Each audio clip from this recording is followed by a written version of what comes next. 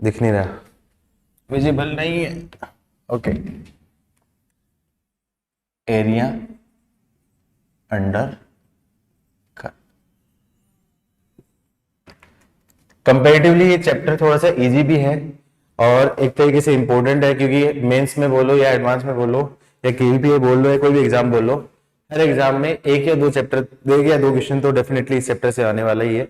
और बहुत ज्यादा कंसेप्ट बनते नहीं है, बहुत ज्यादा कंसेप्ट होते नहीं है, सिर्फ आपको क्या स्ट्रिप्स माननी होनी पड़ती है, कैसे स्ट्रिप्स लेते हैं, कैसे एरिया निकालते हैं, कैसे पॉइंट ऑफ इंटरसेक्शन निकालने आते हैं, मतलब इनडायरेक्टली यदि आपको ग्राफ बनाना आता होगा फंक्शन का तो, और इंटीग्रेशन आता है, तो आप काफी ज्यादा चांसेस है कि एरिया अंडर कर्व का क्वेश्चन आप कर लोगे। क्वेश्चंस इजी होते हैं लेकिन क्वेश्चंस जनरली कैलकुलेटिव होते हैं। कैलकुलेटिव क्यों? क्योंकि रीजन निकालना पड़ता है, एरिया निकालना पड़ता है। ठीक है, तो स्टार्ट करते हैं हम लोग ये चैप्टर। स्टार्ट करने से पहले सबसे पहले बेसिक टॉपिक देख लेते हैं। इसमें कुछ मैं ग्राफ्स, कुछ सिचुएशन बताता हूँ कि स्ट्रिप्स कैसे मानते हैं। उन स्ट्रिप, उन कंडीशंस में स्ट्रिप मानने सीख जाओगे, उन रीजन का एरिया निकाल लोगे तो फिर आप डायरेक्टली आप आंसर निकाल सकते हो। ठीक है, क्वेश्चन लिखते हैं। हेडिंग हेडिंग डालो पहले, different cases of bounded area. पहली हेडिंग डालो आपका different cases of bounded area. अब तुम कहो तो मैं डिक्टेट कर देता हूं, तुम कहो तो मैं बोर्ड पे लिख दूं सारी थ्योरी। तो डिक्टेट करना ज्यादा सही रहेगा मेरे हिसाब से, डिक्टेट करना ज्यादा सही रहेगा मेरे हिसाब से। अरे बोलो ना कुछ तो। Hello hello hello hello hello hello, सुन रहे हो तुम लोग? डिक्टेट करना ज्यादा सही रहेगा वो बोर्ड पे लिखूं? डिक्टेट कर देते हैं, ठीक है। ठीक है, पहला पार्ट, पहला case, case one. The area bounded by the curve, the area bounded by the curve, the area bounded by the curve y is equals to fx and x axis. The area bounded by the curve y is equals to fx and x axis between two ordinates, between two ordinates x is equals to a and x is equals to b, या ordinates बोल सकते हो या straight line x is equals to a और x is equals to b बोल सकता है, या फिर लिमिट्स भी बोल सकता है। अच्छा, यूजुअली ऑर्डिनेट्स आप लोगों ने पढ़ा होगा कोऑर्डिनेट ज्योमेट्री में। ऑर्डिनेट्स तो क्या आपका क्या बोलते हो, y की ऑर्डिनेट की वैल्यू होती है। लेकिन ये जो x इज इक्वल्स टू एक स्ट्रेट लाइन है, x इक्वल्स टू एक स्ट्रेट लाइन है जो y एक्सिस के पैरेलल है, मतलब इसीलिए मैंने इसको क्या कर दिया, ऑर्डिनेट ले लिया, मतलब कि रीजन बताने के लिए कि हाँ ये लाइन y एक्सिस के पैरेलल लाइन है तो इस रीजन में होगा। तो कैसे कंडीशन बनेगा, यहाँ पे आपका क्या है, y is equals to fx मान लो, कोई फंक्शन ये मान लिया, y is equals to fx कोई फंक्शन मान लिया, ये आपके क्या है x is equals to a एक ऑर्डिनेट है, ये आपके क्या है x is equals to b कोई भी दूसरी ऑर्डिनेट है। तो किसके बीच का area, region covered by curve and x axis. Curve and x axis मतलब इनडायरेक्टली क्या पूछा है आपका, ये एरिया पूछा है, ये एरिया पूछा है। ये एरिया हम लोगों ने डेफिनेट इंटीग्रेशन में पढ़ा ही था। इस एरिया की वैल्यू याद है ना, डेफिनेट इंटीग्रेशन में क्या करते थे, इस केस में स्ट्रिप मानोगे तो एक स्ट्रिप मानोगे यहाँ पे वर्टिकल स्ट्रिप, ये वर्टिकल स्ट्रिप मान लोगे। और वर्टिकल स्ट्रिप कहाँ से कहाँ जाएगी, यहाँ से याद है पूरी में एक स्ट्रिप चल जाएगी। तो वह इंटीग्रेशन में मान लो वर्टिकल स्ट्रिप के लिए ये y अपर माइनस y लोअर, तो इसका इंटीग्रेशन में बोल सकता हूँ एरिया की वैल्यू क्या जाएगी, इंटीग्रेशन के इक्वल, और जिसकी वैल्यू 0 से लेके और x इक्वल्स टू a से लेके b और एफ एक्स इंटू dx है, या फिर इसको मैं क्या बोल सकता हूँ y into d x a to b. और यहाँ पे y क्या होगा, y यहाँ पे क्या होगा, y is a function in terms of x, a function in terms of x। Case one clear है सबको, केस वन क्लियर है सबको? ये डेफिनेट इंटीग्रेशन में ऑलरेडी पढ़ा हुआ है, इसमें कुछ नया नहीं पढ़ना था। डेफिनेट इंटीग्रेशन में ऑलरेडी पढ़ा हुआ है, कुछ नया नहीं पढ़ना था इसमें।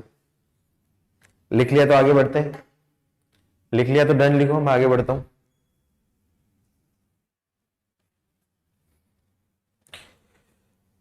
Done.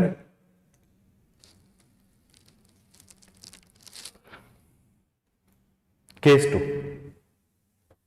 Case two, the area bounded by the straight lines, the area bounded by the straight lines x is equals to a and x is equals to b, where a is less than b and the curves, the area bounded between the straight lines, the area bounded by the straight lines x is equals to a and x is equals to b, and the curves, and the curves y is equals to fx and y is equals to gx, provided fx is less than gx for all x belongs to ab। तो इस case में reason कैसा है, ये देखो, ये आपका एक कर्व है, ऐसा दे रखा y is equals to gx और दूसरा दे रखा है ऐसा y is equals to fx, ये दो रिकर्व्स हैं। अब यहाँ पे आपका क्या gx always greater than fx है, between the limits, between the limits मतलब x is equals to a, ये आपका क्या x is equals to a होगी और ये क्या आ जाएगी x is equals to b होगी। तो x इक्वल्स टू a से x इक्वल्स टू b के बीच में ये स्ट्रेट लाइन द्वारा इन दो कर्व के बीच का रीजन, ये स्ट्रेट लाइन द्वारा इन दो कर्व के बीच का रीजन, मतलब ये एक रीजन आपका निकालना है, इस रीजन की वैल्यू निकालनी है। इस रीजन को मैं क्या बोल सकता हूँ, रिक्वायर्ड एरिया। अब इसका एरिया निकालना है तो मुझे स्ट्रिप माननी पड़ेगी, तो बताओ हॉरिजॉन्टल माने या वर्टिकल, क्लियरली दिख रहा है ये जो स्ट्रिप है ये आपके क्या है, वर्टिकल स्ट्रिप है, ये मैं वर्टिकल स्ट्रिप मान लेता हूँ। तो ये उसका ऊपर वाला पार्ट, ये आपका क्या नीचे वाला पार्ट, एक ही स्ट्रिप से काम हो जाएगा क्योंकि ये स्ट्रिप यहाँ से यहाँ तक वेरी कर रही है दोनों कर्व के ऊपर। तो मैं बोल सकता हूँ यहाँ पे रिक्वायर्ड एरिया क्या जाएगा, इंटीग्रेशन a से लेके b y अपर minus y lower into x। तो a टू b y अपर क्या दे रखा है आपका gx माइनस y लोअर का मतलब fx इंटू dx, यही क्या हो जाएगा उस रीजन का एरिया हो। आया समझ में, केस 2 समझ में आया सबको, लिख लो फटाफट केस 2 लिख लो।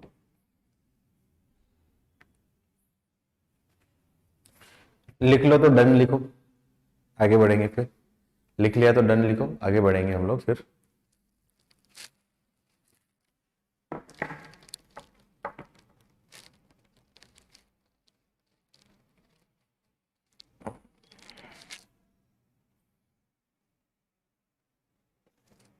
अरे हाँ ना बोलो मेरे भाई लोगों,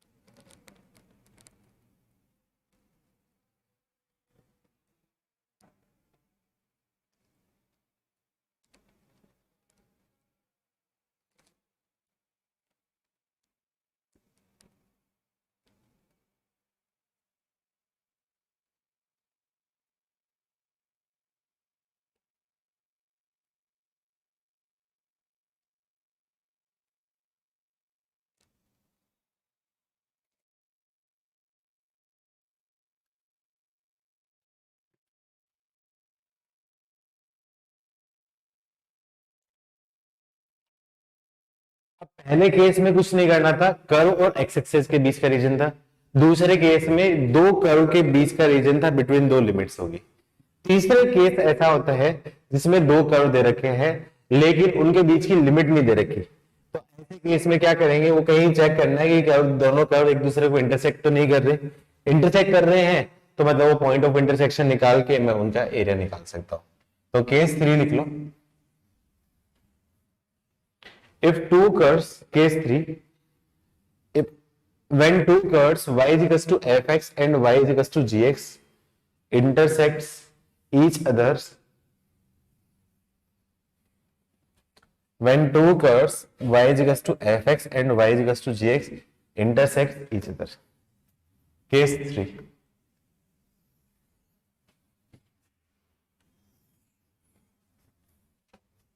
केस 3 है y is equals to fx and y is equals to gx intersect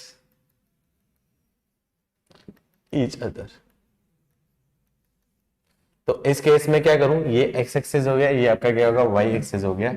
एक कर्व मैंने बोल दिया, ऐसा कोई कर्व बोल दिया, लेट्स अज्यूम करो कि कुछ ऐसा कर्व मैंने बोल दिया, और दूसरा कर्व कुछ ऐसा बना लिया। ये y equals to f x एक कर्व है और ये y equals to g x कोई कर्व है। अब इंटरसेक्ट करना है तो इनके बीच का एरिया कौन सा होगा, ये आपका क्या है, रिक्वायर्ड एरिया रहेगा। मुझे ये एरिया निकालना है, ये एरिया निकालने के लिए मुझे स्ट्रिप निकालनी पड़ेगी। स्ट्रिप में मारूंगा तो क्लियरली कौन सी दिख रही है आपको, ये जो स्ट्रिप मारनी पड़ेगी, ये स्ट्रिप क्या है आपकी, वर्टिकल स्ट्रिप। वर्टिकल स्ट्रिप मानूंगा तो मैं लिमिट किसकी रखूंगा, मैं एक्स की लिमिट रखूंगा। तो मैं लिमिट निकालूंगा एक्स की, तो ये लिमिट एक तो इस पॉइंट पे आएगी और दूसरी लिमिट आपके क्या, इस पॉइंट के करस्पॉन्डिंग आएगी। लेकिन ये दोनों पॉइंट है नहीं, तो मैं क्या करूंगा, सबसे पहले क्या निकालूंगा, find point of intersection of both curves. सबसे पहले मैं क्या करूं, दोनों कर्व्स का क्या करूं, पॉइंट ऑफ इंटरसेक्शन निकालूंगा। Find point of intersection of both curves. Point of intersection निकालने के लिए याद है मैं क्या करूं, दोनों इक्वेशन को सोल्व करूं। F x equals to g x को मैं सोल्व करूंगा और इसको सोल्व करूंगा। सोल्व करने से मुझे क्या मिलेगा, x equals to a and x equals to b are two roots of equation. तो उस केस में ये एक्स इजिकल्स टू ए हो गया और ये एक्स इक्वल्स टू बी बोल दिया। तो उस केस में मैं क्या बोल सकता हूँ, रिक्वायर्ड एरिया क्या जाएगा, ए से लेके बी। स्ट्रिप का अपर क्या दे रखा है आपका, जी एक्स माइनस स्ट्रिप का लोअर क्या दे रखा है, F x into d x. और यही इस पार्ट का क्या होगा, आपका एरिया होगा। यही इसका आंसर। केस 3 समझ में आया सबको, हाँ ना बोलो।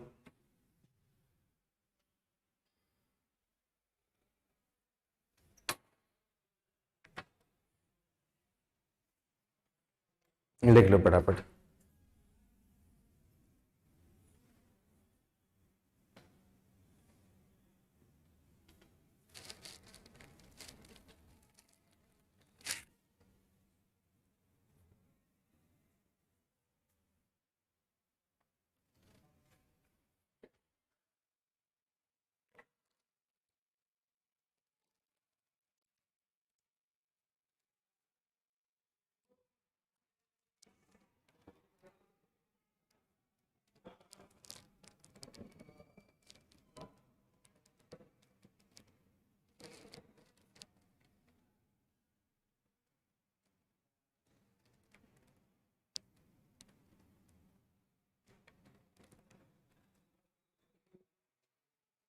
डन, डन बच्चों, लिख लिया। मैं अगला केस दिखाता हूं। Next case, case 4। Case 4, case 4, when the curve y is equals to fx crosses x axis at point C. When the curve y is equals to fx crosses x axis at point C, where C belongs to points A to B. C belongs to points A to B. Where C belongs to point A to B, then the area bounded by the curve, y is equals to fx, then the area bounded by the curve y is equals to fx, then the area bounded by the curve y is equals to fx between limits x is equals to a and x is equals to b is। अब इस case में क्या दे रखा है, ये कोई curve दे रखा है y is equals to fx और ये a और b के बीच में कोई पॉइंट पे, ये मैंने बोल दिया आपका x is equals to a है और ये मैंने क्या बोल दिया, x is equals to b कोई पॉइंट है। उन दोनों के बीच में ये कोई पॉइंट है x is equals to c पे, उस केस में x एक्सिस को इंटरसेक्ट कर रहे हैं। तो इस केस में कौन सा रीजन होगा, ये एक रीजन होगा और ये एक रीजन होगा। तो रिक्वायर्ड एरिया क्या होगा, ये एरिया भी होगा, ये भी एरिया होगा। अब यहाँ पे इंटीग्रेशन और एरिया में डिफरेंस हो जाता है। इंटीग्रेशन होता है तो इसकी वैल्यू पॉजिटिव, इसकी वैल्यू नेगेटिव। तो इंटीग्रेशन में ये पॉजिटिव माइनस नेगेटिव वो इंटीग्रेशन होता है, लेकिन एरिया तो रीजन होता है, मतलब ये रीजन प्लस ये रीजन दोनों होगा। ठीक है, या तो उसको इंटीग्रेशन की टर्म्स में रिलेट करके कर सकता हूं, या फिर एरिया के टर्म्स में स्ट्रिप मान लो, उससे फिर सोचने की जरूरत भी नहीं है कि पॉजिटिव आएगा कि नेगेटिव आएगा। तो इसका सबसे बढ़िया तरीका मैं बताता हूँ, स्ट्रिप मान लो। क्या एक स्ट्रिप से काम चल जाएगा? देखो यहाँ पे मैंने स्ट्रिप मानी तो ये स्ट्रिप यहाँ तक खत्म हो जाएगी, मतलब दूसरी स्ट्रिप यहाँ से माननी पड़ेगी। तो मुझे कितनी स्ट्रिप माननी पड़ेगी? 2 स्ट्रिप माननी पड़ेगी। एक पहली स्ट्रिप ये इस रीजन में, और दूसरी स्ट्रिप आपका क्या हो, ठीक है। यदि मैं इंटीग्रल की टर्म्स में करता तो A1 ये आपका क्या होगा, A1 और A2। तो रिक्वायर्ड एरिया किसके इक्वल हो जाएगा आपका, A1 प्लस A2। चाहूं तो मैं इसको मैं बोल सकता हूं मॉड ऑफ A से लेके C fx into d x plus mod of C से लेके B fx into d x. चाहूं तो मैं इसको मोड की टर्म्स में लिख सकता हूं। मोड की टर्म्स में लिख दिया तो फिर कोई दिक्कत नहीं है, मोड की टर्म्स में लिख दिया तो कोई दिक्कत नहीं है। या फिर मैं क्या कर सकता हूं, इसको मेथड 2 स्ट्रिप की हेल्प से कर सकता हूं, और यूजुअली आपको यही करना है।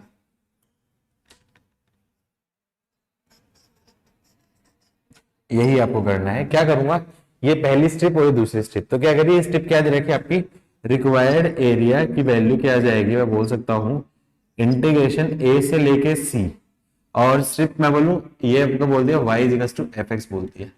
तो fx माइनस 0 मतलब ये आपका क्या आएगा, fx into d x plus C से लेके B, और ये क्या आ जाएगा 0 माइनस fx इंटू, तो क्या जाएगा इंटीग्रेशन A से लेके C fx into d x minus C से लेके B fx into d x.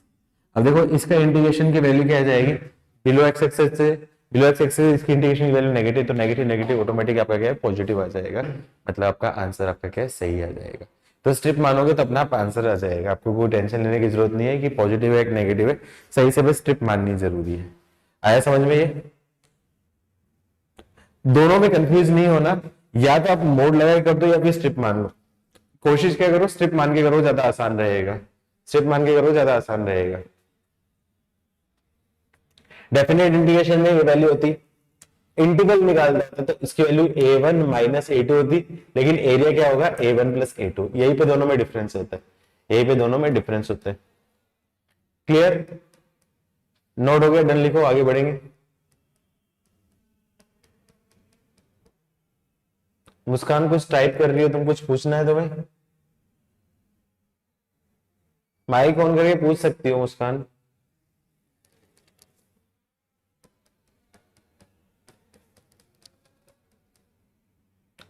बाकी बच्चों नोट हुआ? डन लिखो, नोट हुआ तो। अरे नोट हुआ कि नहीं हुआ, हाँ ना कुछ तो बोलो।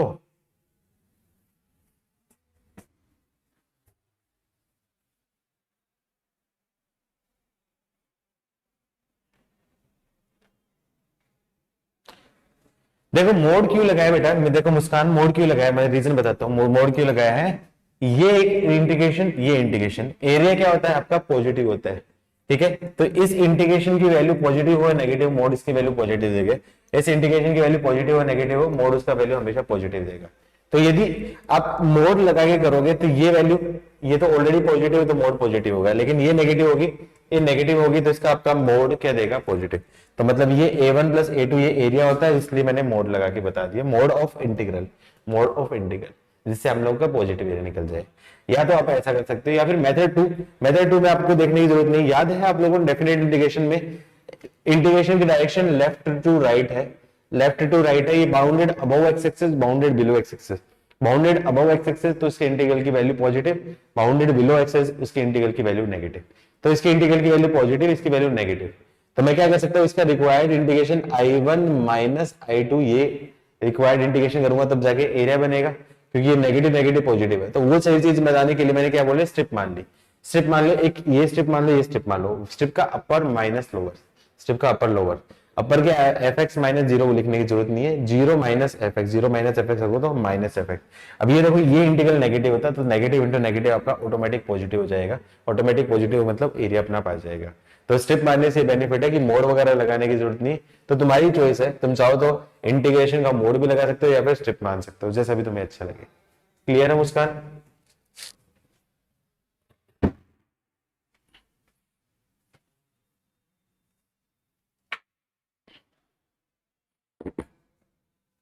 Case 5, case 5।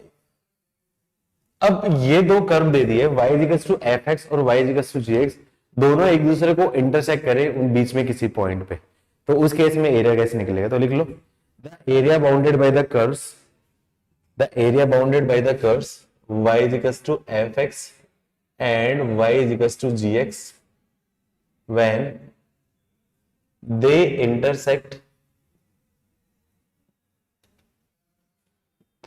each other at a point C belongs to AB is। यदि दोनों एक दूसरे को बीच में किसी पॉइंट C पे इंटरसेक्ट करे तो उस केस में एरिया क्या होगा? तो फिगर बना देता हूं। लेट्स अज्यूम करो ये कर्व मैंने बोल दिया, दूसरा कर्व ऐसा बोल दिया, ये मैंने बोल दिया y equals to f x और ये बोल दिया y equals to g x. अब मैंने कोई पॉइंट बोल दिया, एक ये पॉइंट बोल दिया x इक्वल्स टू a, ये दूसरा पॉइंट बोल दिया मैंने, ये आपका x axis x equals to b, और ये कोई पॉइंट आपका क्या x इक्वल्स टू c। अब उस केस में इंटीग्रेशन निकालना, तो एरिया कौन सा होगा? ये एरिया, ये एरिया। तो इसका इंटीग्रेशन निकालने के लिए यहाँ पे एक स्ट्रिप मान लो, यहाँ पे इंटीग्रेशन निकालना है तो यहाँ पे स्ट्रिप मान लो, ठीक है।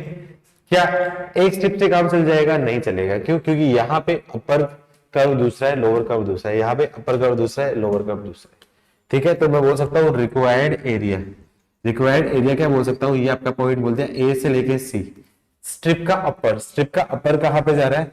Y upper minus y lower, ये बता देता हूं। तो क्या जाएगा? ए टू सी, वाई अपर का मतलब क्या जाएगा आपका? G x minus f x into d x plus integration c से लेके डी। वाई अपर क्या दे रखा है आपका? ये इंटीग्रेशन ऐसा होता है ना ए, तो वाई अपर का मतलब क्या जाएगा? F x minus y lower का मतलब minus g x into d x. उससे दोनों को इंटीग्रेट कर दूंगा, यही इस क्वेश्चन का क्या होगा? आपका एरिया होगा, आंसर आएगा। क्या केस नंबर 5 समझ में है सबको?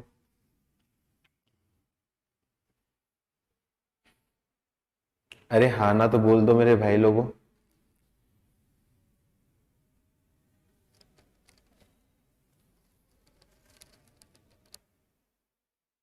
नोट हुआ तो डन लिखो, नोट हुआ तो डन लिखो, आगे बढ़ेंगे हम लोग।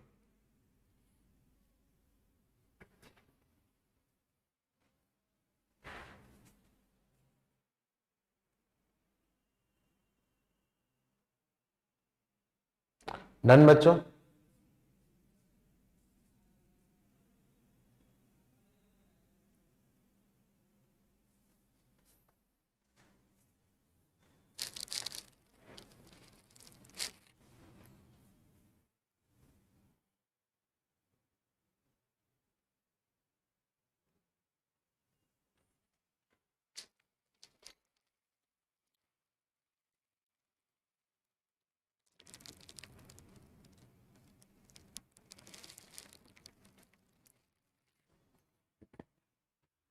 जैसे 5 केस यहाँ पे बने हैं एक्स एक्सेस पे बने हैं, वैसे 5 केसेस वाई एक्सेस के रिस्पेक्टिव भी बनते हैं। वो केस ही बता देते हैं, फिर उसके बाद क्वेश्चन करते हैं। जब 5 केसेस एक्स एक्सेस के रिस्पेक्टिव बने हैं, वैसे ही 5 केसेस वाई एक्सेस के रिस्पेक्टिव भी बनेंगे। ये क्या थी आपकी वर्टिकल स्ट्रिप मान के एरिया निकालने वाला। अब नेक्स्ट बढ़ते हैं हॉरिजॉन्टल स्ट्रिप मान के एरिया कैसे निकालते हैं। अब हॉरिजॉन्टल स्ट्रिप जब भी मान देंगे, हॉरिजॉन्टल स्ट्रिप जब भी मान देंगे, तो मैं उस केस में जो रीजन लूंगा, उस केस में जो मैं रीजन लूंगा ना, वो आपका क्या जाएगा? आपका जो लिमिट्स की जो वैल्यू लूंगा, लिमिट्स की वैल्यू मैं क्या लूंगा? आपका y की वैल्यू लूंगा, x की वैल्यू नहीं लूंगा, मैं y की वैल्यू लूंगा।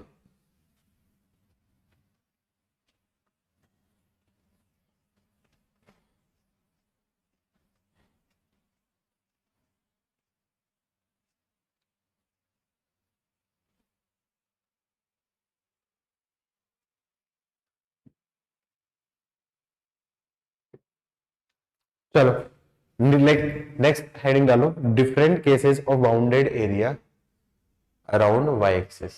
Different cases of bounded area around y axis. Different different cases of bounded area around y-axis. Different cases of bounded area around y-axis. y-axis के अराउंड बाउंडेड एरिया के different cases. Case number 1, सारे के सारे cases वैसे ही होंगे. मैं एक case में हेडिंग लिखवा देता हूं कैसा बनेगा, फिर उसके बाद बाकी तुम सारे खुद से कर लो. Case number 1, the area bounded by the curve. Case number 1, the area bounded by the curve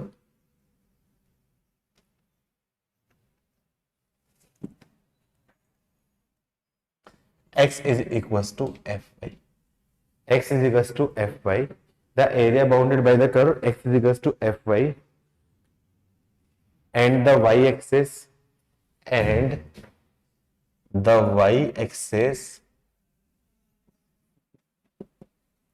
between the abscissa y is equals to a and y is equals to b is given by.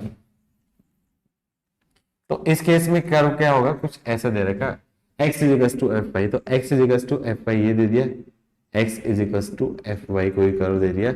ये दो limit दे दी. एक आपके क्या होगी y is equals to b, और ये आपका क्या होगा आपका y is equals to A.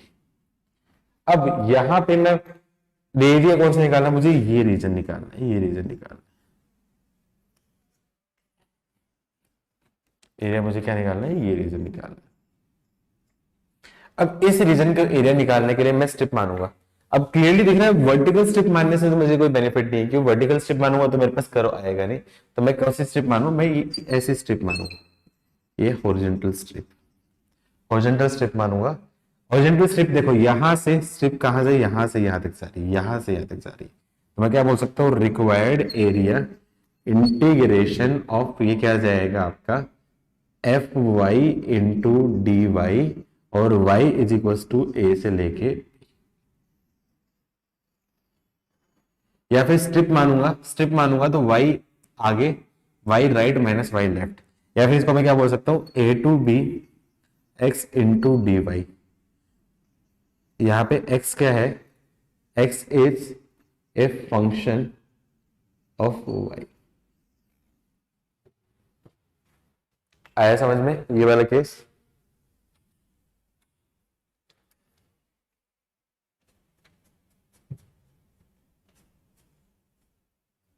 Case समझ में है.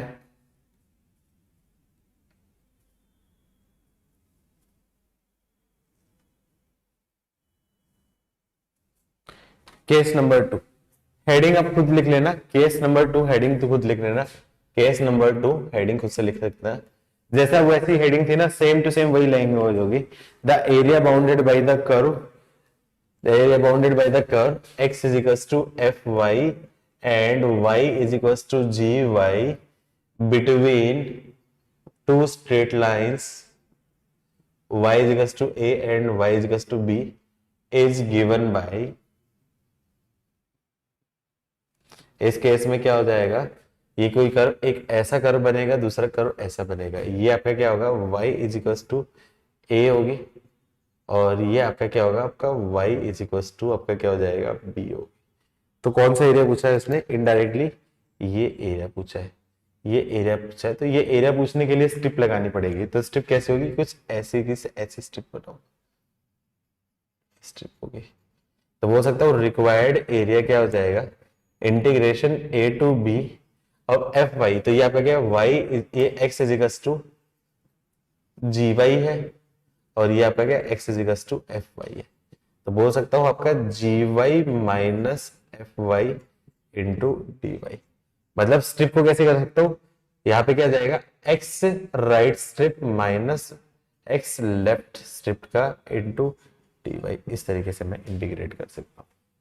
क्या एग्री कर पा रहे हो, एग्री कर पा रहे हो इस पॉइंट से भी? अरे हाँ ना, कुछ तो बोलो मेरे भाई लोगों. अच्छा, यूजुअली कब लेते हैं, यूजुअली कब लेते हैं, y एक्सिस के अराउंड एरिया कब लेते हैं, या तो स्पेसिफिकली मेंशन है कि y एक्सिस के अराउंड एरिया लेना है, या तो स्पेसिफिकली मेंशन है कि y एक्सिस के अराउंड एरिया लेना है, तब हम यूज करेंगे। या फिर आपका क्या है, इनवर्स फंक्शन दे रखे, इनवर्स फंक्शन दे रखा है, मान लो आपका क्या है साइन इनवर्स एक्स दे दिया या टेन इनवर्स एक्स दे दिया, उसका रीजन निकालना है किसी दो पॉइंट के अलोंग, तो टेन इनवर्स का इंटीग्रेशन करना अपने आप में लेंदी हो जाता है। तो मैं क्या करूं, tan inverse x equals to y मान लो और x equals to tan y हो गया। अब टेन वाई का इंटीग्रेट करना डायरेक्टली पॉसिबल है, टेन वाई का इंटीग्रेट डायरेक्टली सेक्स स्क्वायर होता है, तो उसके रिस्पेक्टिव वाई की वैल्यू पुट करके आंसर निकाल दूंगा, तो कंपैरेटिवली थोड़ा सा इजी हो जाएगा। तो ये जो हॉरिजॉन्टल स्ट्रिप हम दो ही केस में एज्यूम करेंगे, या तो स्पेसिफिकली उसने मेंशन कर रखा है कि आपका वाई एक्सिस के अलोंग मुझे एरिया निकालना है, या फिर कुछ इनवर्स फंक्शन दे रखे हैं, तब हम यूज करेंगे। लिख लो ये चीज लिख लो। Generally we use horizontal strip, generally we use horizontal strip if it is mentioned in question that we have to find area around y-axis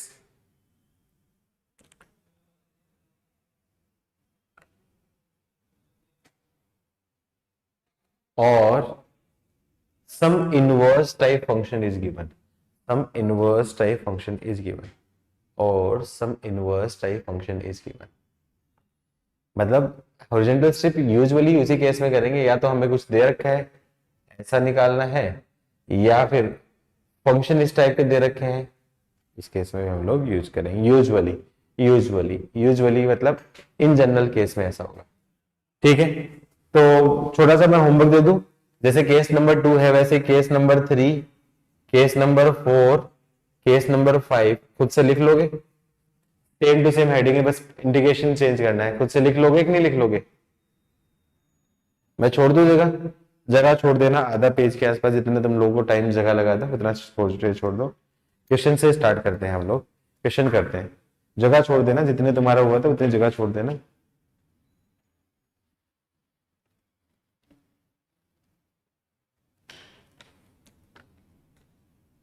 चलो स्टार्ट करता हूं मैं क्वेश्चन से, इजी एग्जांपल से स्टार्ट करता हूं, एरिया और इंटीग्रल में डिफरेंस बताने के लिए।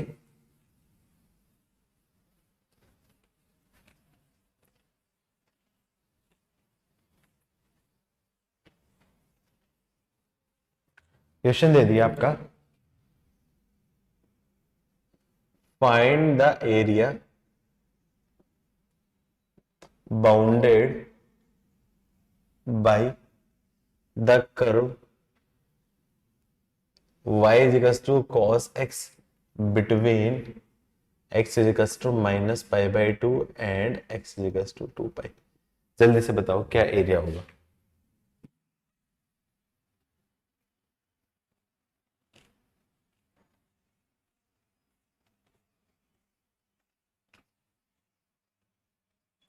ये बेसिक एग्जांपल दिया है मैंने, जिससे हम लोग रिलेट निकाल सकते हैं, रिलेशन बिटवीन इंटीग्रल और एरिया। इंटीग्रेशन और इंटीग्रल, डेफिनेट इंटीग्रल और एरिया में क्या डिफरेंस होता है या क्या रिलेशन होता है।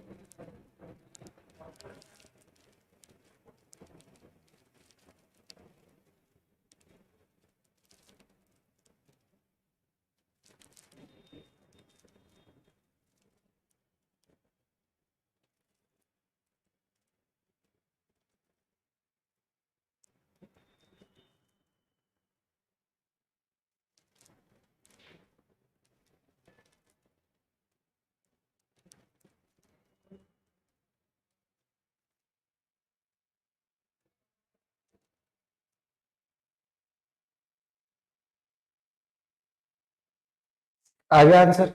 अरे कितना टाइम लगाओगे यार। मजाक लगा रखे इतनी देर में आंसर नहीं है तुम्हारा।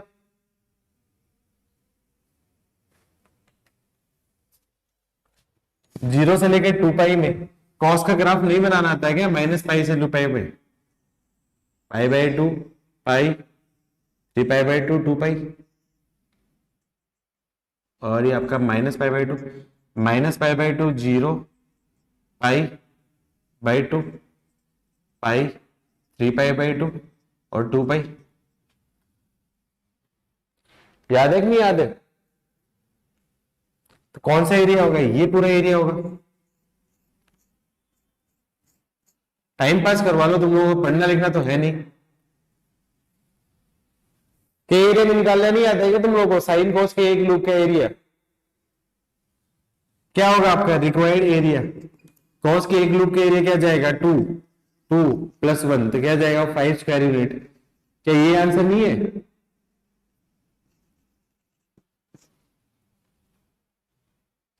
अरे गूंगो बहरो कुछ बोल जाओ।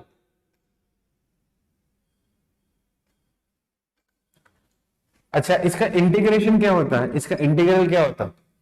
इंटीग्रल क्या होता है? इंटीग्रेशन की डायरेक्शन क्या है आपकी? लेफ्ट से राइट है। तो इंटीग्रल क्या बनता है? ये आपका क्या ऊपर है बाउंडेड अबाउ, तो मतलब आपका क्या +2 यूनिट होता है। बाउंडेड बिलो है मतलब -2 यूनिट, और ये आपका क्या हाफ लूप है इसका 1, तो क्या इंटीग्रल क्या हो जाता है? 1 हो जाता है। तो दोनों में डिफरेंस है ना। इंटीग्रल एरिया दोनों अलग अलग चीज है, ये चीज ध्यान रखना। इंटीग्रल आपका क्या एल्जेब्रिक सम होता है, जबकि एरिया क्या होता है आपका पूरा रीजन कवर होता है, वो आपका एरिया होता है। दोनों में डिफरेंस होता है। क्लियर? अरे हाँ ना, कुछ तो बोलो।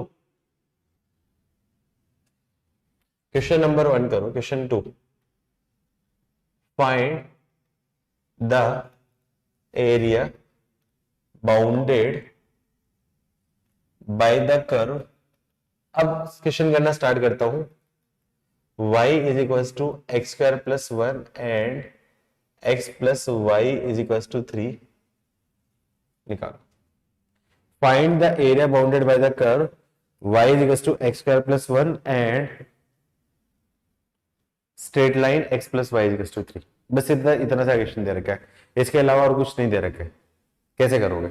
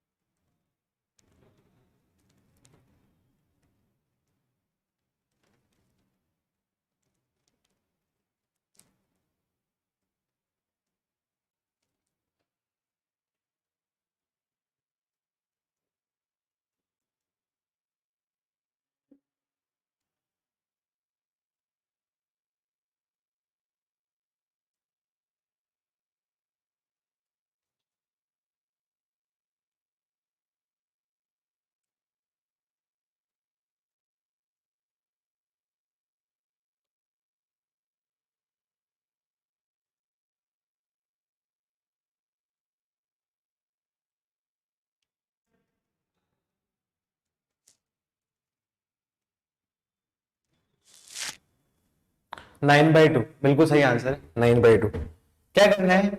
ये एक क्या है? एक पैराबोला। ये एक पैराबोला, तो y is equal to x² + 1, x is equal to 0 पे y की वैल्यू 1, मतलब ये पैराबोला का ग्राफ कुछ इस पैटर्न का ग्राफ बनेगा। ये एक स्ट्रेट लाइन है, x + y is equal to 3। तो स्ट्रेट लाइन की इक्वेशन ड्रॉ करने के लिए 2 पॉइंट की जरूरत पड़ती है, x इक्वल टू 0 और y equal to 0। x equal to 0 पे y की वैल्यू क्या है आपकी 3, तो ये क्या आपका 0,3। y इक्वल टू 0 पे x की वैल्यू 3, मतलब ये आपका क्या हो जाएगा 3,0। तो कौन सा एरिया हो जाएगा इन दोनों कर्व के बीच का एरिया? ये आपका एरिया होगा। ये रिक्वायर्ड एरिया होगा। अब यहां पे आपका क्या दो कर्व दे रखे हैं, तो कौन सा केस बन जाएगा आपका, केस 1 या केस 2 या केस 3? क्या पॉइंट्स दे रखे हैं? पॉइंट्स नहीं दे रखे, मतलब ये दोनों कर्व एक दूसरे को इंटरसेक्ट कर रहे हैं। इंटरसेक्ट कर रहे हैं मतलब केस 3 का क्वेश्चन है। तो इंटरसेक्ट कर रहे हैं तो मुझे क्या निकालना पड़ेगा, पॉइंट ऑफ इंटरसेक्शन। अब पॉइंट ऑफ इंटरसेक्शन मुझे कौन से पॉइंट ऑफ इंटरसेक्शन निकालने पड़ेंगे, मुझे ये निकालना पड़ेगा, ये पहला क्या होगा x इजिकल्स टू ए और ये दूसरा मुझे x इजिकल्स टू बी। मतलब दोनों की कंबाइन इक्वेशन बनाओ और उन दोनों के जो रूट है वो मुझे फाइंड करने हैं x के। तो मैं क्या करूं, for point of intersection, for point of intersection, point of intersection के लिए दोनों कर्व को सोल्व करो। तो क्या करूं, y की वैल्यू ये है तो इससे बोलो y की वैल्यू क्या जाएगा 3 माइनस एक्स, मतलब आपका क्या x square plus 1 is equal to क्या जाएगा 3 माइनस एक्स। सबको इधर ले आओ, तो x square plus x minus 2 is equal to 0। Factorise करूंगा तो x plus 2 into x minus 1 is equal to 0। मुझे क्या समझ में है, x is equal to minus 2 and x is equal to 1, ये दो पॉइंट ऑफ इंटरसेक्शन। मुझे सिर्फ x कोऑर्डिनेट से मतलब y कोऑर्डिनेट की जरूरत नहीं है, तो मैं क्या बोल सकता हूँ, रिक्वायर्ड एरिया क्या जाएगा -2 से लेके 1। अब इस एरिया निकालने के लिए मुझे स्ट्रिप मारनी पड़ेगी, तो ये एक स्ट्रिप हो जाएगी वर्टिकल स्ट्रिप, और वर्टिकल स्ट्रिप देखो एक स्ट्रिप से काम हो जाएगी क्योंकि ये पूरी स्ट्रिप वेरी कर रही है। तो मैं क्या बोल सकता हूँ, स्ट्रिप का y अपर minus y lower into dx। y अपर कहां पे जाता है, स्ट्रेट लाइन पे, y लोअर पैराबोला पे। तो क्या बोल सकता हूँ, -2 से लेके 1, y अपर का मतलब स्ट्रेट लाइन, स्ट्रेट लाइन का मतलब 3 minus x minus y lower मतलब पैराबोला मतलब x square plus 1 into dx। इसको इंटीग्रेट कर देना, तो इंटीग्रेट करने के लिए क्या कर देता, आपका क्या जाएगा -2 से लेके 1, और ये क्या आपका 3 माइनस 1 मतलब आपका 2 minus x square into dx। Integration कर दूंगा तो क्या जाएगा आपका 2x minus x square by 2 और minus x cube by 3। Limit रख देता हूँ -2 से लेके 1। सोल्व कर लेना, सोल्व करूंगा तो आई थिंक 9/2 इसका आंसर आएगा, जो कि आपका सही है। और किस किस का आंसर था 9/2? अभिज्ञान, मुस्कान, उनके अलावा और किसी का था आंसर? लिख लो।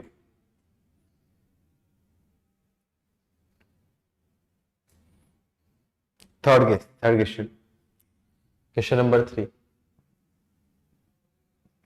Find the area bounded by the curve y is equals to 2 की power x and y is equals to 2x minus x square between two straight lines x equals to 0 and x equals to 2। काफी आसान question है, try करो फटाफट से। Between two straight line x equals to 0 and x equals to 2।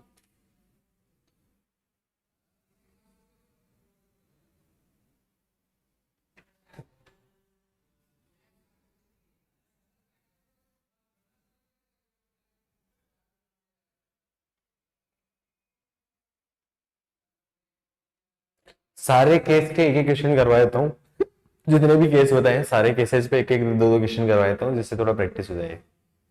क्या करोगे, y equals to 2 की power x और ये पैराबोला। तो सबसे पहले मैं ग्राफ बनाऊंगा, हमेशा मुझे सबसे पहले क्या ग्राफ बनाना है, y इक्वल्स टू 2 की power x exponential function, x equals to 0 पे वैल्यू 1 है, तो मतलब y इक्वल्स टू 2 की पावर x का ग्राफ कुछ ऐसा बनेगा। y इक्वल्स टू 2 की पावर x, ये पैराबोला क्या आपका y equals to 2x minus x square, x square का ऑप्शन नेगेटिव मतलब मुंह नीचे खुलेगा, तो मैं क्या बोलते हैं इसको फैक्टराइज है कर दूं।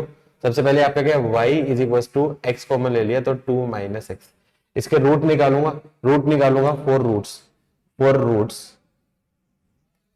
तो मैं क्या करूंगा x into 2 minus x is equals to 0, मतलब x इज इक्वल्स टू 0 और 2, ये दो रूट्स होंगे, 0 और 2 रूट्स होंगे। इसकी मैक्सिमम और मिनिमम वैल्यू लाई करती है कहां पे, मैक्सिमम और मिनिमम वैल्यू लाई करती है जहां पे f' इक्वल्स टू 0, तो f' इक्वल्स टू 0 निकाल देता हूं। तो क्या है आपका 2 माइनस 2x इक्वल्स टू 0, मतलब x इक्वल्स टू 1 पे मैक्सिमम मिनिमम वैल्यू और x इक्वल्स टू 1 पे वैल्यू 2 माइनस 1 मतलब 1। तो क्लियरली इसका जो ग्राफ होगा वो ग्राफ कैसा बनेगा, ये x इक्वल्स टू 1 और ये आपका क्या है 2, x इक्वल्स टू 2 रूट है, x इक्वल्स टू 1 और x equals to 0, x equals to 0 root है, x इक्वल्स टू 2 रूट है, x इक्वल्स टू 1 पे वैल्यू आपकी क्या जाएगी, उसकी वैल्यू क्या जाएगी आपकी 1 आ जाएगी। कुछ इस पैटर्न का ग्राफ होगा।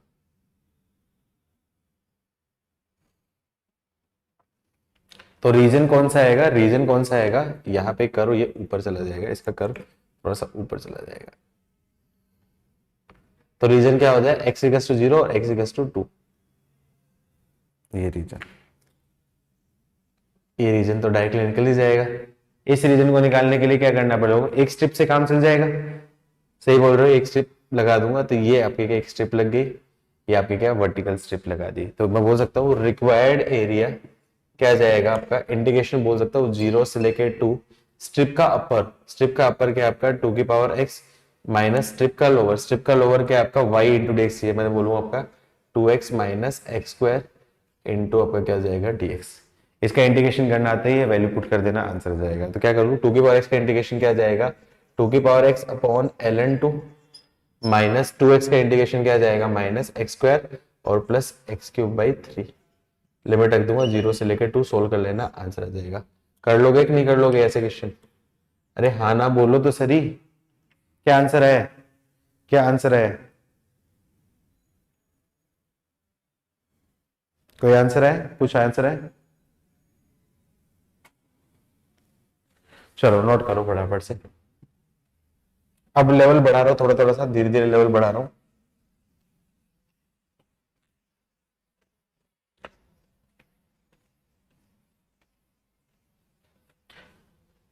अब लेट्स अज्यूम करो कोई स्टैंडर्ड कर्व दे रखा है, स्टैंडर्ड कर्व कैसे दे दिया, मान लो आपका क्या दे दिया, आपका सर्किल दे दिया, इलिप्स दे दिया, स्क्वायर दे दिया, रेक्टेंगल दे दिया, जिसके एरिया का स्टैंडर्ड फॉर्मूला होता है और जो मुझे पता है।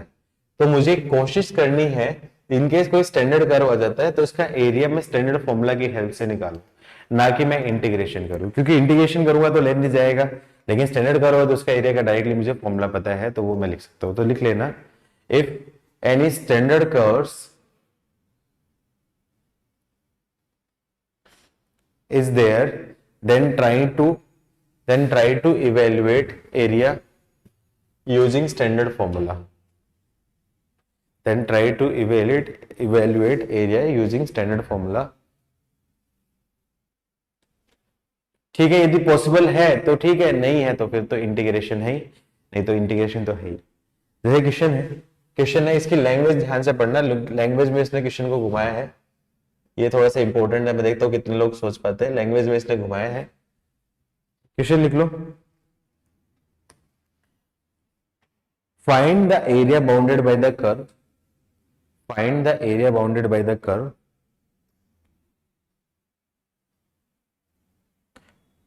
lying above x-axis, find the area bounded by the curves lying above x-axis, find the area bounded by the curve lying above x-axis and included between the circle, find the area bounded by the curve lying above x-axis and included the circle x square plus y square is equals to 8x and parabola y square is equals to 4x। मतलब उस reason का area निकालो, उस part का reason का area निकालो जो bounded above x axis है और सर्किल और पैराबोला के बीच में इंक्लूडेड है। बताओ, फिगर बनाओ और ट्राई करो उसको करने की।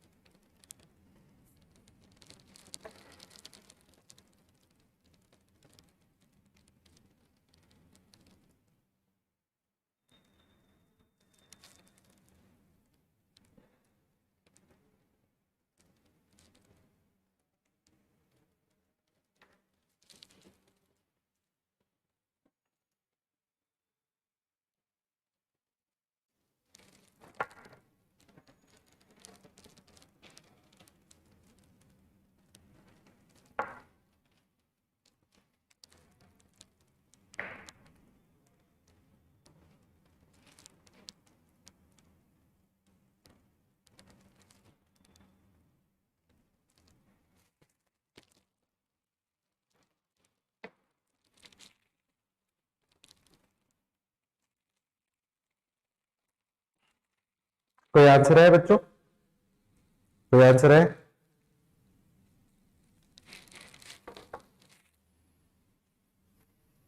क्या करना है, देखो सबसे पहले फिगर बनाओ। तो देखो पहला करो क्या आपका सर्किल, मतलब x square plus y square minus 8x equals to 0। इसका सेंटर देखूंगा तो सेंटर क्या आ जाएगा आपका 4,0 और रेडियस क्या हो जाएगी 4। तो ये सर्किल कैसा बनेगा, कुछ इस पर्टिकुलर पैटर्न का सर्किल बनेगा। ये सेंटर आपका क्या है 4,0 और ये पॉइंट होगा 8,0 से पास करेगा और 0,0 से पास करेगा और रेडियस 4, मतलब ये पहला सर्किल हो गया। ठीक है, दूसरा ये सर्किल की इक्वेशन होगी, ये सर्किल की इक्वेशन थोड़ा अच्छा नहीं बना, मैं और अच्छा बनाया। दूसरी इक्वेशन है y square equals to 4x, y square equals to 4x है। पैराबोला आपका क्या है y square equals to 4x। याद है पैराबोला वाई स्क्वायर इजिकल्स 4x कैसा बनता है, ऐसा बनता है। अब ये जो ग्राफ है ये इसके ऊपर से जाएगा, ये नीचे से जाएगा, कैसे जाएगा वो हमें भी देखना है। तो वो देखने के लिए मैं क्या करूं, वैल्यू रख देती हूँ। एक्स इजिकल्स टू 1 पे वैल्यू देखो, एक्स इजिकल्स टू 1 पे वैल्यू रखूंगा तो y की वैल्यू क्या आ जाएगी 8 माइनस 1 का स्क्वायर, मतलब √7। √7 की वैल्यू क्या आ जाएगी 2.3 के आसपास, आपके 2.5 के आसपास जो भी होगी। y square equals to 4x में आपका क्या है x की वैल्यू 1 रखूंगा तो y स्क्वायर इजिकल्स टू 4, तो मतलब x की वैल्यू 2, x की वैल्यू 2 मतलब क्लियरली 2 की वैल्यू √7 से तो छोटी होगी, तो मतलब ये जो ग्राफ होगा ये इसके नीचे से जाएगा। तो ये ग्राफ आपका क्या उसके नीचे से जाएगा, फिर उसके बाद आगे बढ़ता बढ़ता बढ़ता बढ़ता कट करके चला जाएगा। तो ये ग्राफ हो जाएगा Y square equals to 4x का ग्राफ हो जाएगा। अब मुझे कौन सा एरिया निकालना है, bounded by the bounded above x axis and including the cover. Above x axis मतलब एक्स एक्सिस से ऊपर और इंक्लूडिंग द रीजन, कौन सा रीजन, मतलब इन दोनों को इंक्लूड करने वाला रीजन, मतलब क्लियरली मुझे क्या करना पड़ेगा, ये वाला रीजन मुझे निकालना पड़ेगा, ये वाला रीजन निकालना पड़ेगा। तो बताओ क्या एक स्ट्रिप में काम चल जाएगी या फिर एक से ज्यादा स्ट्रिप चाहिए होगी, एक स्ट्रिप में काम चल जाएगी, एक से ज्यादा स्ट्रिप चाहिए होगी, बताओ एक स्ट्रिप में काम चल जाएगा, एक से ज्यादा स्ट्रिप चाहिए होगी।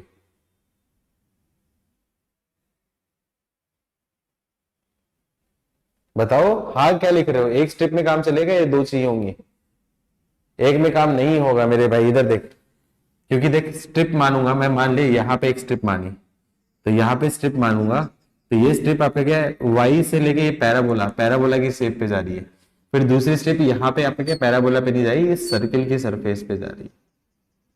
तो यहाँ पे मुझे दो स्ट्रिप निकालनी पड़ेगी, दो निकालनी पड़ेगी, समझ में है? क्योंकि पहला ये आपके पैराबोला की सरफेस पे जा रहा है, दूसरा वो सर्किल, तो सर्किल का रीजन और पैराबोला का रीजन दोनों सेम नहीं है, दोनों सेम नहीं है, समझ में आया? अरे हाँ ना कुछ तो बोल। तो मुझे दो निकालना पड़ेगा, जिसके लिए मुझे पॉइंट निकालना पड़ेगा। तो सबसे पहले मैं कर रहा हूँ for point of intersection, point of intersection के लिए दोनों के इक्वेशन को सेम लिख दो। Y square equals to 4x है और इसको मैं बोल सकता हूँ वाई स्क्वायर की वैल्यू क्या आ जाएगी 8x माइनस एक्स। तो पॉइंट ऑफ इंटरसेक्शन के लिए मैं बोल सकता हूँ y square equals to 4x equals to 8x minus x square. तो एक्स स्क्वायर की वैल्यू क्या आ जाएगी 8x माइनस 4x मतलब 4x, तो x इक्वल्स टू 0 और x इक्वल्स टू 4, तो मतलब 0 और 4, तो ये क्या आपका पॉइंट क्या है, पहला 0 0 पे इंटरसेक्ट करेगी और दूसरा क्या जाएगा 4, और 4 4 है तो 4,4, और ये पॉइंट क्या जाएगा आपका 4,-4। तो क्लियरली कौन सा रीजन है, तो ये रीजन होगा और एक ये रीजन है, दो रीजन होंगे, दो रीजन होंगे। तो मैं क्या बोल सकता हूं इस केस में,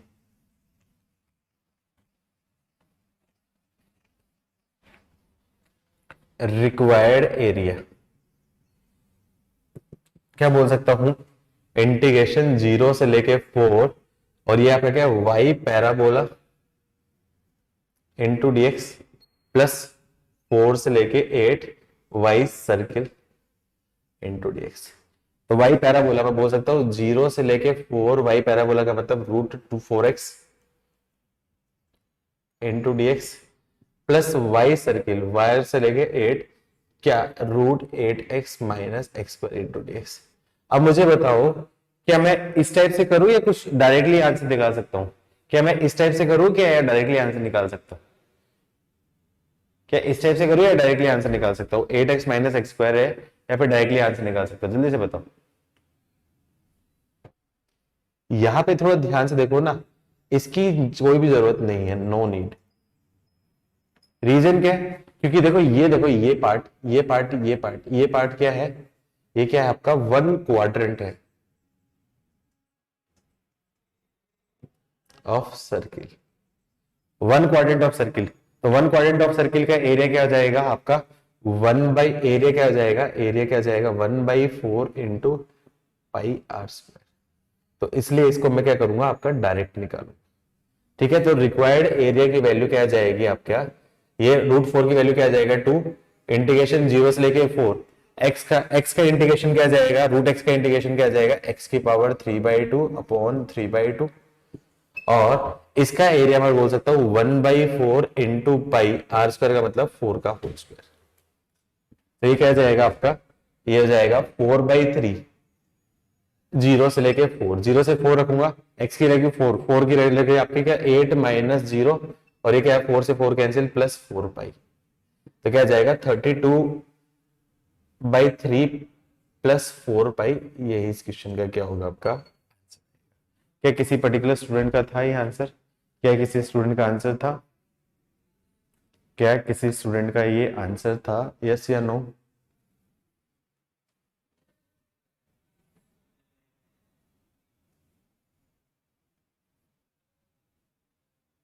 नो, ठीक है लिख लो फटाफट फटाफट लिखो,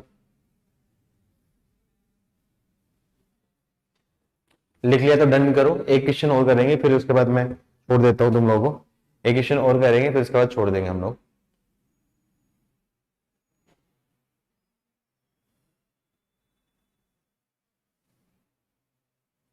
हो गया तो डन लिखो, मैं एक फिर के क्वेश्चन करके छोड़ देता हूँ।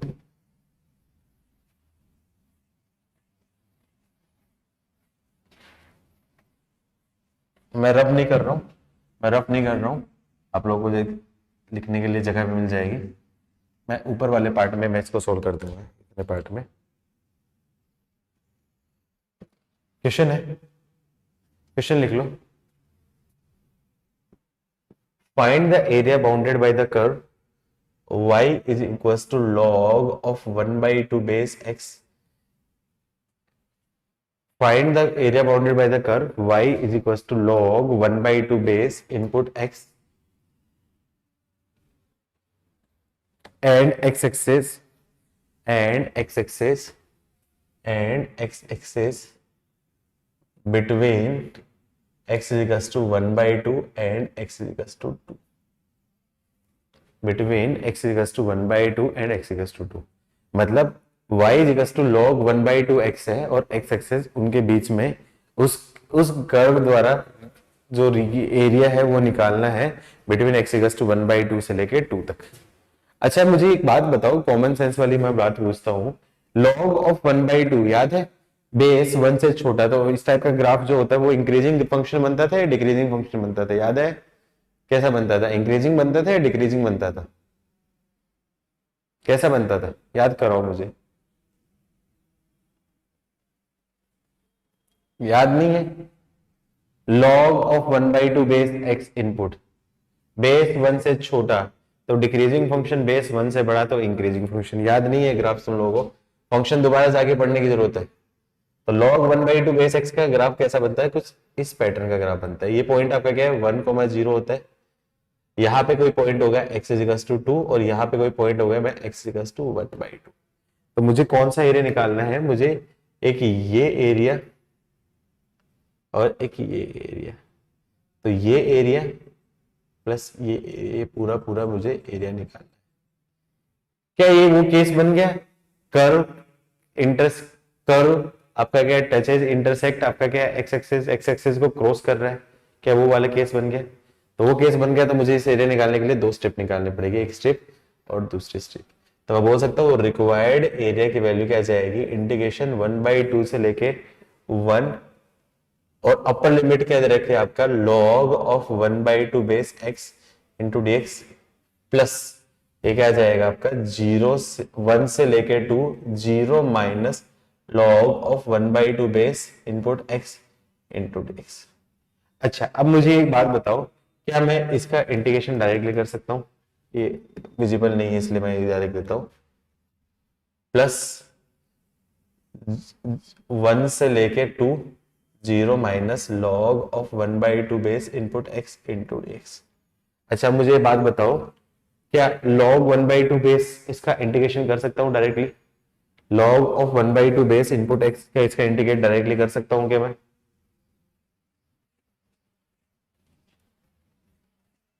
क्या मैं कर सकता हूँ क्या log 1/2 बेस इनपुट x का इंटीग्रेशन डायरेक्टली? अरे हाँ ना, कुछ तो बोलो।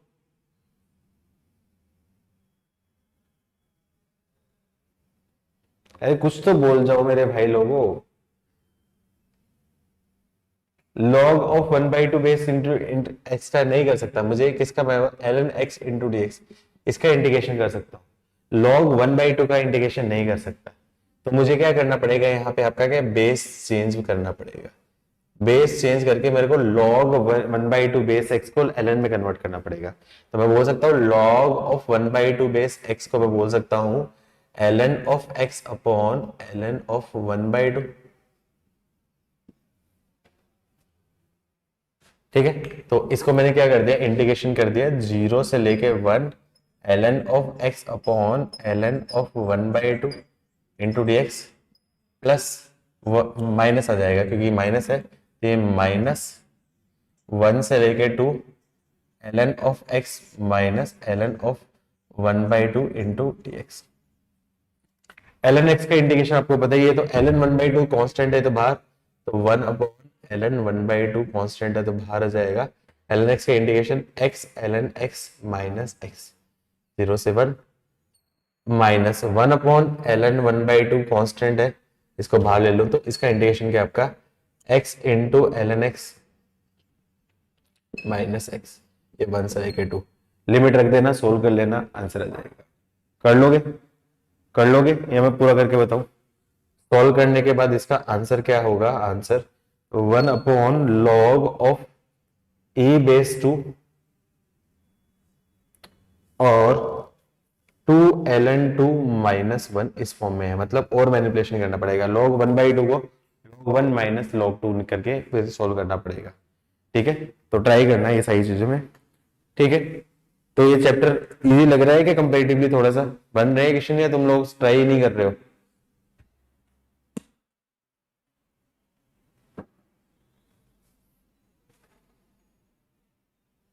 ठीक है, ट्राई कर रहे हैं। नमामि तुम हो क्लास में? नमामि